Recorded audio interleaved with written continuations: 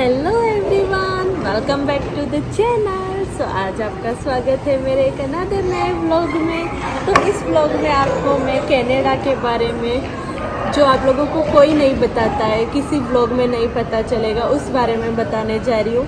क्योंकि कनाडा के बारे में सब लोगों को एक मीथ होता है कि वहाँ की लाइफ बेस्ट होती है, वहाँ के बहुत कुछ अच्छा है, वहाँ हम चले जाएंगे तो हमारी लाइफ एकदम बेस्ट हो जाएगी। क्योंकि आप लोग यूट्यूब, इंस्टा इन सब पे देख के इंस्पायर होते हो, बट ऐसा कुछ नहीं है। यहाँ पे भी, यहाँ पे मैं सबसे ज़्यादा जो सही है वो मैं बताती हूँ। क्योंकि लोग जो पोस्ट करते हैं ना, वो पोस्ट उनका वो वाला होता है जो उनकी लाइफ का सबसे हैपनिंग पार्ट होता है।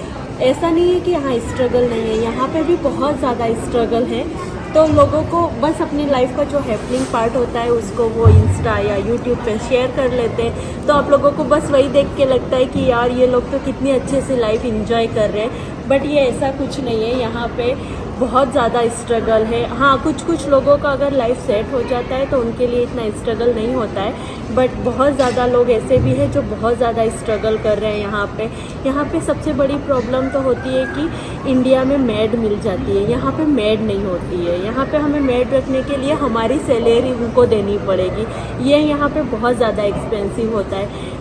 1 डे के लिए अगर तुम किसी मेड को हायर करते हो तो वो $150 से $200 तक लेती है, जो कि इंडिया में ये नहीं है। यहाँ पे ये एक सारा काम हमें खुद को करना पड़ता है। मैं मेरी सेल्फ स्टोरी एक बताऊंगी कि मैंने यहाँ पे एक सोफ़ा ख़रीदा था जब मैं नई आई थी, और मुझे नहीं पता था। इंडिया में तो क्या होता है कि तुम बुला लो किसी को भी, किसी से भी करवा लो, बट यहाँ पे वैसा नहीं है। तो मैंने वो सोफ़ा ख़रीदा, उसका मेन्यू पढ़ा और मुझे लगा कि अभी मैंने और प्रदीप ने दोनों ने हाथ खड़े कर दिए कि नहीं, अब ये हमसे नहीं हो पाएगा। इतना डिफ़िकल्ट था वो।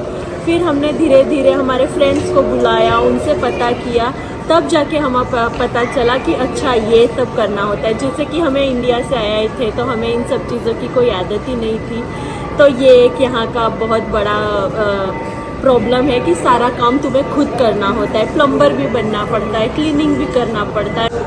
तो दूसरा सच ये जो वो है यहाँ का कि हम यहाँ पे कुछ इन्जॉय नहीं कर पाते। इंडिया में जैसे हमारे सारे फंक्शंस होते हैं तो उस टाइम पे हम नहीं जा पाते।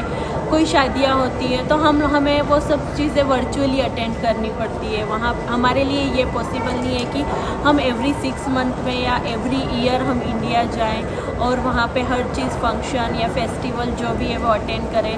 तो आप लोग मुझे ये भी बोलोगे कि अगर इतना ही कुछ है तो वहाँ क्यों रह रही है, बट वही है कि मैं, ऐसा नहीं है कि मैं यही बोल रही हूँ कि कनाडा की बहुत सारी चीज़ें ख़राब है। उसके साथ साथ कुछ अच्छी भी चीज़ें हैं, वो भी मैं आप लोगों के साथ इस व्लॉग में एक्सप्लेन करूँगी।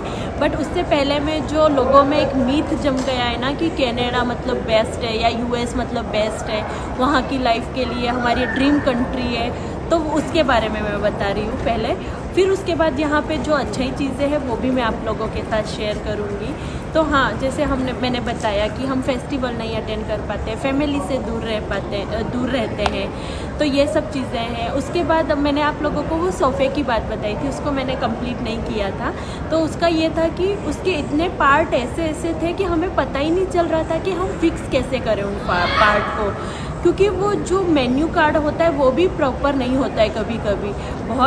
मोस्ट ऑफ द टाइम तो अच्छे से पता चल जाता है, बट कुछ डिफ़िकल्ट। हाँ, तो उसका यही था कि वो जो उसका मैनुअल आता है वो कभी कभी बहुत अच्छे से एक्सप्लेन नहीं करते हैं। तो वो यहाँ पे हर चीज़ तुम्हें ख़रीद तो लोगे तुम, बट वो असेंबल भी तुम्हें खुद ही करनी पड़ती है। तो तुम्हारे इंडिया में जैसे क्या होता है कि कोई भी बेड आया, तुमने किसी को बुला लिया और उसने असेंबल कर लिया तुम्हारे लिए, बट यहाँ नहीं होता है। जब मैं वहाँ इंडिया से यहाँ आई थी और जो मेरा बेड आया था वहाँ से, वो खुद मुझे असेंबल करना पड़ा था। जो ड्रिल होती है, जो पर्दे लगाने के लिए, कर्टन लगाने के लिए, वो ड्रिल हमें खुद करनी पड़ती है, वो कर्टन हमें खुद लगाने पड़ते हैं। जो हमें इंडिया से हम आते हैं तो हमें ये सब आदत नहीं होती है, क्योंकि हमने ये सब कभी किया नहीं होता है वहाँ पे। तो ये सब चीज़ों में मुझे थोड़ी डिफ़िकल्टी लगी थी कि यहाँ पे हर काम खुद से करना होता है। और स्पेशली घर लेने के बाद, घर लेने के बाद तो तुम्हें यहाँ पे प्लम्बर भी बनना पड़ता है, इलेक्ट्रिशियन भी बनना पड़ता है, सारे काम तुम्हें खुद से करने पड़ते हैं क्योंकि तुम इतना ज़्यादा हर चीज़ के लिए अफोर्ड नहीं कर पाओगे। एक इलेक्ट्रिशियन को मैंने बुलाया था, 1 घंटे का वो $200 अराउंड 12,000 रुपये इंडिया के लेके चला गया।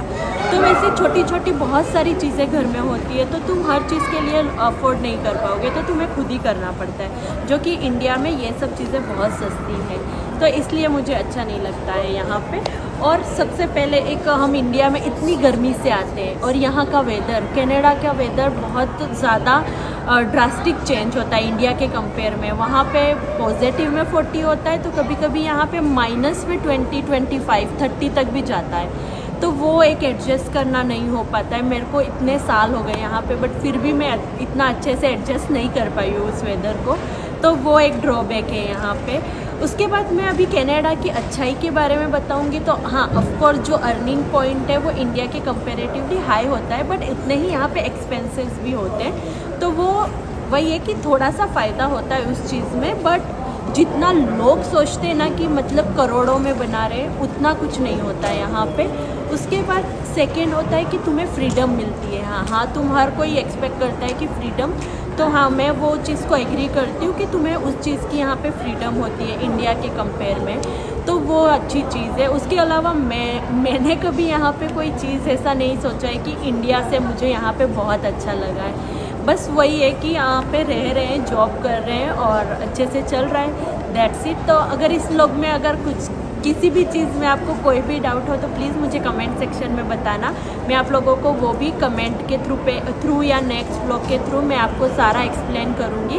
सो thank you so much for watching. Please like, share and subscribe for the more videos. Bye, see you next day.